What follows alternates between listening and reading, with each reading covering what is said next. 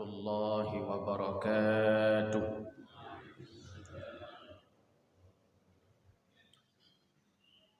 الحمد لله على إحسانه والشكر له على توفيقه وامتنانه. أشهد أن لا إله إلا الله وحده لا شريك له، وأشهد أن محمدًا عبده ورسوله الداعي إلى رضوانه. اللهم صل على سيدنا محمد وعلى آله وأصحابه وسلم تسليما كثيرا. أما بعد، اللهم سبحانك لا علم لنا إلا ما علمتنا إنك أنت العليم الحكيم. ربنا زدنا علما وارزقنا فهما. رب اشرح لي صدري ويسر لي أمري واحلل عقدة من لساني يفقه قولي برحمتك يا أرحم الراحمين. Segenap punten syukur tak henti kita persembahkan kepada Allah Subhanahu wa Ta'ala. Pada pagi yang berbahagia ini, Allah kumpulkan kita di tempat yang mulia bersama insya-Allah dengan orang-orang yang dimuliakan Allah Subhanahu wa Ta'ala, menunaikan salat subuh secara berjamaah, niat i'tikaf, lalu mendengar tausiah, mudah-mudahan menjadi amalan yang akan memperberat timbangan kebaikan kita nantinya di akhirat. Selawat dan salam tak henti pula kita persembahkan kepada junjungan alam Nabi besar Muhammad sallallahu alaihi wasallam, teladan uswah hasanah, contoh bagi kita sekalian. Yang mulia Imam Besar, Ketua BKM dan pengurus masjid, para pembina SMS, khadim SMS, dan seluruh hadirin wal hadirat jamaah subuh yang dimuliakan Allah Subhanahu wa Ta'ala. Hujjatul Islam Abu Hamid Al-Ghazali lazim kita sebut dengan Imam Al-Ghazali. Dalam kitabnya Ihya Ulumuddin, beliau menukil satu riwayat tentang pertemuan Nabi Allah Nuh alaihi salam dengan iblis laknatullah. Di sana digambarkan pada saat Nabi Allah Nuh alaihi salam berada di dalam kapal serta binatang, manusia beriman serba sepasang, dimasukkan oleh Nabi Allah Nuh ke dalamnya sesuai dengan perintah Allah Subhanahu wa Ta'ala. Kita paham dan kita tahu bahwa Allah Subhanahu wa Ta'ala memerintahkan kepada Nabi Allah Nuh untuk membuat kapal, karena Allah ingin mengazab kaum Nabi Allah Nuh yang ingkar kepada Allah, ingkar kepada Nabi Allah Nuh alaihi salam. Selesai kapal dibuat, lalu dinaikkanlah oleh Nabi Allah Nuh alaihi salam manusia sepasang, semua berpasang-pasangan. Zaujaini isnain disebutkan berpasang-pasangan. Suami istri, suami istri. Itu nanti akan menjadi cikal bakal manusia hingga hari ini. Binatang juga begitu, semua serba sepasang. Lalu turun hujan berhari-hari, terjadilah banjir bandang, bukan hanya sekedar menenggelamkan rumah, bukan hanya sekedar menenggelamkan gedung, tapi juga menenggelamkan gunung-gunung. Ini terlihat daripada kisah pada saat Nabi Allah Nuh alaihi salam memanggil anaknya Kan'an, "Ya bunayyarkam ma'ana." Dijawab oleh anak Nabi Allah Nuh alaihi salam, "Sa'awi ila jabali ya'simuni minal ma." Begitu besar dan dahsyatnya banjir bandang, orang-orang beriman dan binatang serba sepasang masuk di dalam kapal. Rupanya, falamma rakibas safinah, tatkala semuanya sudah berada di dalam kapal, fara'a fis safinati syaykhan lam ya'rifuhu. Nabi Allah Nuh alaihi salam melihat satu orang tua di dalam kapal. Dilihat oleh Nabi Allah Nuh alaihi salam, ada orang tua di dalam kapal itu, tidak ada pasangan, tirau ke jomblo. Lalu mengherankan dan tidak dikenali oleh Nabi Allah Nuh alaihi salam. Lantas ditanya, "Anda ini siapa?"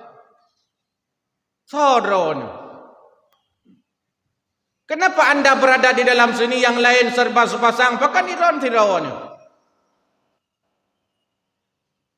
Lalu dijawab oleh orang tua itu, "Saya ini iblis."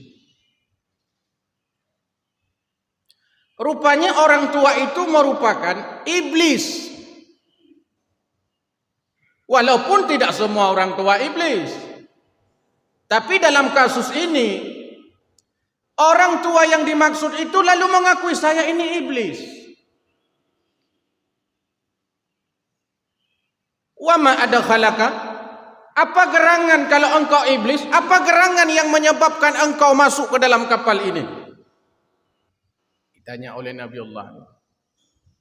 Dijawab oleh iblis itu, "Li usiba qulub li ashabika." Saya ingin menggoda, saya ingin merayu sahabat-sahabatmu, wahai Nabi Allah Nuh. Wahai Nuh, aku ingin menggoda sahabat-sahabatmu yang ada di dalam kapal ini. Supaya apa? Fatakunu qulubuhum ma'i wa abnanuhum ma'ak. Supaya hati mereka bersamaku dan badannya bersamamu, wahai Nuh. Aku ingin menggoda manusia-manusia beriman di dalam kapal ini agar hatinya bersamaku tapi badannya bersamamu, wahai Nuh. Itu iblis. Kita ini sedang berada di dalam kapal, Pak. Nama kapalnya Darussalam. Imam tadi mengucapkan saf lurus dan rapat. Kenapa? Be idang iblis, Pak tengah. Walaupun ladum drode iblis. Hanya kada temayang peneje ke iblis. Supaya tidak masuk iblis. Tapi yakinlah bahwa iblis itu ada, syaitan itu akan terus menggoda manusia. Lalu kata Nabi Allah Nuh, kalau itu pekerjaanmu, kalau itu tugasmu, keluar dari kapal ini. Ukhruj, keluar dari kapal ini. Lalu apa kata iblis ini? Wahai Nuh, ku beritahu kepadamu, ada 5 perkara yang menyebabkan manusia binasa. Tapi Nuh, aku hanya menyampaikan 3 saja. Yang 2 tidak akan kusampaikan. Nah, 5 boh sebab manusia binasa. Tapi yang ku pegah habis. Leh boh sagai ku pegah. 2 boh tu hanya ku pegah. Lalu Allah wahyukan kepada Nabi Allah Nuh. Hai Nuh, bek katim yang leh boh ipegah. Yang 2 bohnya kalau ke depu-pu. Karena biasanya yang disembunyikan itu lebih berbahaya daripada yang diungkapkan. Maka Allah mengatakan, hai Nuh, jangan mau yang 3. Kau tanyakan yang 2 saja. Karena yang 2 itu jauh lebih berbahaya daripada yang 3 itu. Dia menyena urung buka rahasia menanda dan yang tapi hanya ku pegah mendum, 2 boh hanya ku pegah. Be, ia hanya pegahnya macam pegah. Lalu Nabi Allah Nuh berkata kepada iblis itu, saya tidak mau yang 3 perkara itu, saya mau yang 2. Saya mau yang 2 perkara. Apa yang menyebabkan manusia itu binasa? Dijawab oleh iblis. Iblis pi bangai baju dia. Alih hanai jai gula. Kaki pegah, kaki baku pegah yang dua. Bela tak ku pegah lebo. Kata iblis, wahai Nuh, dua perkara yang menyebabkan manusia itu binasa. Pertama, al-hirsu, rakus. Yang kedua, al-hasadu, dengki. Dua itu amat berbahaya bagi manusia, wahai Nuh. Itulah yang membuat dia celaka di dunia dan di akhirat. Al-hirsu, dia rakus terhadap dunia. Wal hasadu, dia dengki dalam kehidupannya. Nuh, dengki itulah yang menyebabkan aku dikeluarkan dari surga, kata iblis. Aku dengki kepada Adam, aku dengki kepada manusia, lalu aku menjadi manusia terkutuk. Ja'altu syaitanan rajiman, aku menjadi syaitan yang terkutuk gara-gara dengki yang melilit aku, gara-gara dengki yang ada dalam jiwa.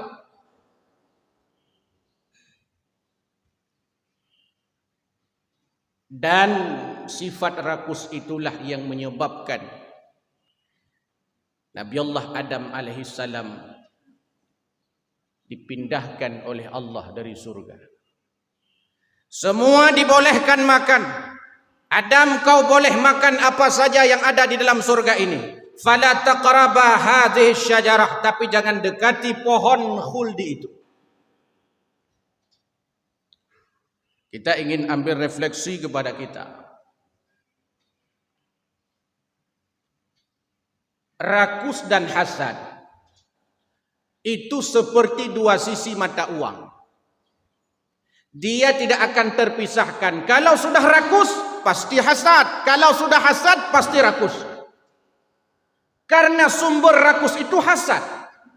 Dan adanya hasad itu disebabkan oleh rakus. Orang kalau sudah rakus, baca gerda. Makanya cenyom gela gerda, gerda sampuh, gerda punya. Gerda, loba, tamak, rakus, hirsut. Manusia itu kalau sudah rakus, dia akan menghalalkan segala cara untuk mencapai keinginannya. Dan pada akhirnya muncul dengki.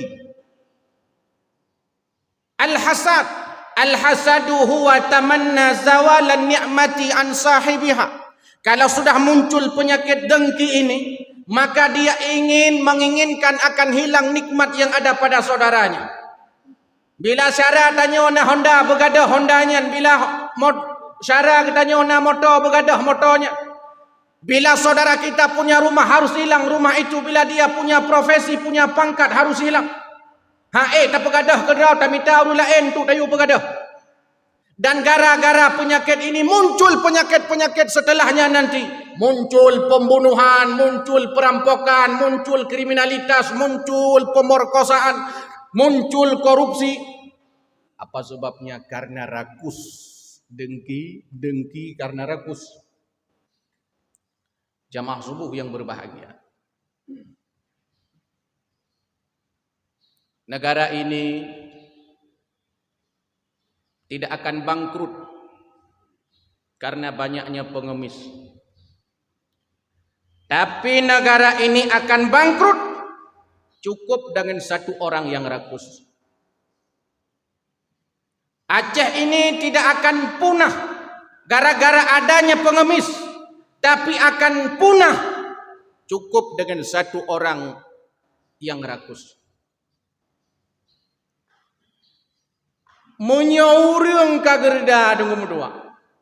Nyan perut seh lagi urung jak bakauri hantom ke pojok tepu. Gucok belarak no, gutegom belarak de, gucugut belarak de, HP rot lang kuah kau.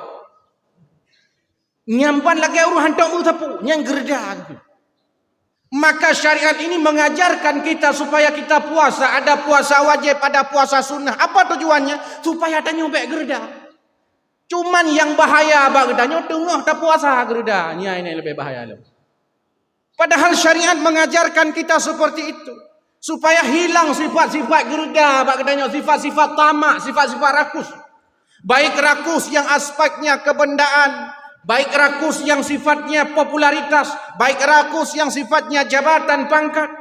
Rakus. Yang Nabi, demikian rakus. Dan muncul dengki dalam kitab Tanbihul Ghafilin itu diurai. Orang kalau dengki sama dengan orang itu telah menentang Allah. Kata ahli hikmah dalam kitab Tanbihul Ghafilin, orang yang dengki, orang yang hasad, orang itu telah menentang Allah Subhanahu wa taala. Kenapa? Karena dia tidak ingin ada nikmat pada orang lain, sama dengan dia ingin melawan takdir Allah. Karena Allah sudah menetapkan ada yang kaya, ada yang miskin, ada yang rakyat, ada yang pejabat. Ada orang kampung, ada orang kota. Masing-masing kita punya posisi, masing-masing punya kemampuan, masing-masing punya potensi. Dan potensi ini, kemampuan kita ini masing-masing berbeda-beda. Si miskin tidak boleh dengki kepada si kaya. Kenapa? Karena Allah yang membuat dia kaya. Seorang karyawan tidak boleh dengki kepada bos. Kenapa? Karena itu takdir Allah. Seorang bawahan tidak boleh dengki kepada atasan. Kenapa? Karena Allah yang memberikan kepadanya nikmat tersebut. Orang yang marah kalau ada saudaranya kaya. Orang yang marah kalau saudaranya ada pangkat jabatan. Orang yang marah bila saudaranya lebih dibandingkan dia. Sama dengan melawan takdir Allah. Karena orang dengki hanya lebih gap je. Orang dengkinya hanya lebih gap, hanya cara gap, hanya haya gap, hanya hebat gap. Tapi berlemah gap, berancur gap, berpunah gap, bergadah gap. Menyagap kasihin, uberaya ke kem. Menyenangan tengah pudih, melengkap-lengkap ke kem. Ke kem kera ke pakat urut lain tu iwa kem. Tapi bila seandainya manusia-manusia seperti itu ada pada diri kita atau ada pada sekitar kita, sama dengan kata ahli hikmah, dia telah melawan akan takdir Allah. Dan dia telah menentang Allah juga. Kenapa? Dia tidak senang kepada kekasih-kekasih Allah. Karena pada saat Allah memberikan sesuatu kepada hambanya, Allah sayang kepadanya, Allah cinta kepadanya, Allah bahagia kepadanya. Lalu Allah berikan nikmat, lantas ada manusia yang tidak senang kepadanya,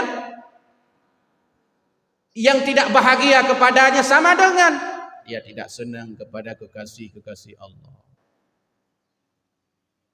Kata ahli hikmah, orang dengki tidak syukur dengan nikmat Allah. Tidak mau bersyukur tentang apa yang dia miliki. Malik bin Dinar itu dinukil satu pendapat oleh Imam Nawawi Al-Bantani. Penyakit-penyakit itu harus disembuhkan. Bagaimana cara menyembuhkannya? Al-kibru bit tawadhu, sembuhkan sombong dengan tawadhu. Wal hirsu bil qanaah, sembuhkan rakus dengan merasa cukup qanaah. Wal hasadu bin nasihah, dan sembuhkan hasad itu dengan nasihat. Kalau seandainya kita mau hilang rakus pada diri kita, tumbuhkan sifat qanaah pada diri kita, merasa cukup apa yang diberikan Allah Subhanahu wa taala, sehingga kita tidak melihat sesuatu yang di luar kita. Kita hanya bersyukur daripada nikmat-nikmat yang Allah berikan kepada kita. Nikmat-nikmat yang ada pada fisik kita. Nikmat-nikmat yang nabat tubuh kutanya, gebi mata oleh Allah, gebi punyung, gebi jarau, gebi babah, gebi lidah, gebi kaki. Itu saja nikmat luar biasa. Salat subuh tadi itu belum mampu, belum cukup untuk membayar nikmat-nikmat yang ada pada fisik kita ini. Tanya mu karena 20 tahun. 20 tahun kamu tanya udah pakai unlimited. Tanya namu kadang na 50 tahun kata pakai punyungnya ke bilik Allah. 60 tahun kata pakai jarannya oleh Allah. Gebi oleh Allah 60 tahun kata pakai jarannya, 70 tahun kata pakai kakinya. 80 tahun kata pakai fisiknya, badannya gebi oleh Allah Subhanahu wa taala. Dengan keindahan rupa yang luar biasa. Indah, Allah menciptakan kepala lebih tinggi daripada mulut, lebih tinggi daripada hidung, lebih tinggi daripada telinga, lebih tinggi daripada tangan dan seluruh anggota tubuh kita. Supaya apapun yang kita lakukan, ayyufakkira qablahu, pikir terlebih dahulu. Indah. Min ahsani taqwim. Jika kau tidak jauh banda piuh itlawah. Nah, cara-cara tanya ina. Oh tak cini kalian, togat tanya nganji. Lebih tanyalah. Haya tanyalah. Dua apa bini jalan ini. Kayak pisang tapo. Oh tak tanya, ya Allah. Hi kan karak hi tanya baju tahu. Tapi beda, tetap lebih ke tanya. Tetap lebih ke tanya. Dari fisik letan nikmat yang menyata badan dia. Kenapa Allah Subhanahu wa taala menciptakan air keringat kita ini asin? Kenapa? Pakan masen ke pegar tanya oleh Allah. Supaya kulit tanyonyo mulus, supaya kulit tanyonyo halus. Sungguh tunggu mutuah biasa andai ji kulit tanyo tanyonyo mame, tanyonyo kan masen, tanyo kan masen. Lu tanyo tu, kulit tanyo lu. Gaya kulit murwa. Di kulit murwa yang hana pori-pori. Han paten tanyo murwa. Tanyo na pori-pori, maka jinyo lembut. Walaupun pemantang tak kerja apapun yang kita kerjakan, tapi tetap lembut. Ujie punyung tanyo macam rasa ji. Naton rasa. Ia punyung tanyo tunggu mutuahnya macam. Pakan macam kepada Allah supaya baik tamang tidak mu dalam. Cini bayangkan menyelam punyung tanyonyo rasa ji mameh. Masya Allah, menyamame. Nyo tengah tak duduk lagi nyo kayak itu dong dalam mana. Pulam tengah tu, bantah bunda hempung tidak dong punya.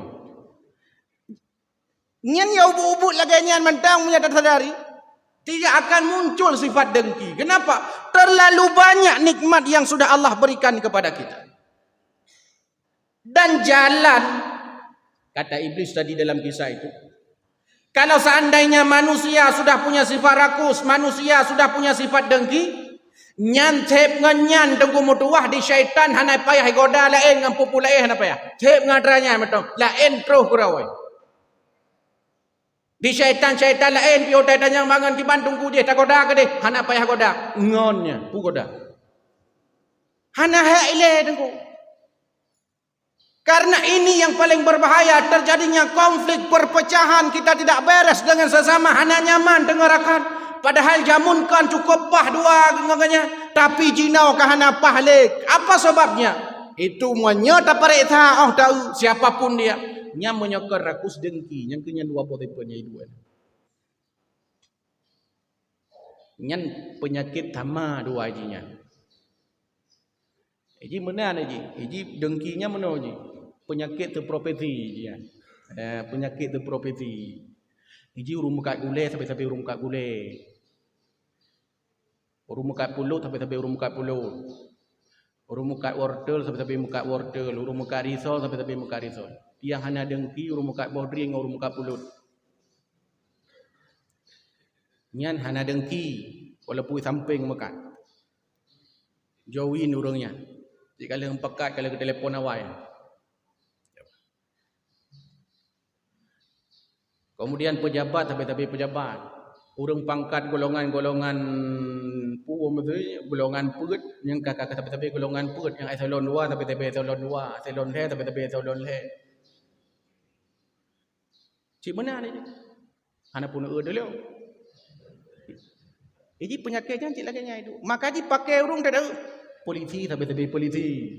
Ya negara. Kenapa berita? Polisi tapi polisi, tapi kan Abu Bangka. Tapi polisi. Yang caranya ni dosen tapi dosen, karyawan tapi karyawan, pegawai negeri tapi punya pegawai negeri kayaknya hiring orang jauh bilang. Tapi ini siapa penyakit profesi. Dan kaidu adanya yang karakus. Karena rakus karena adanya.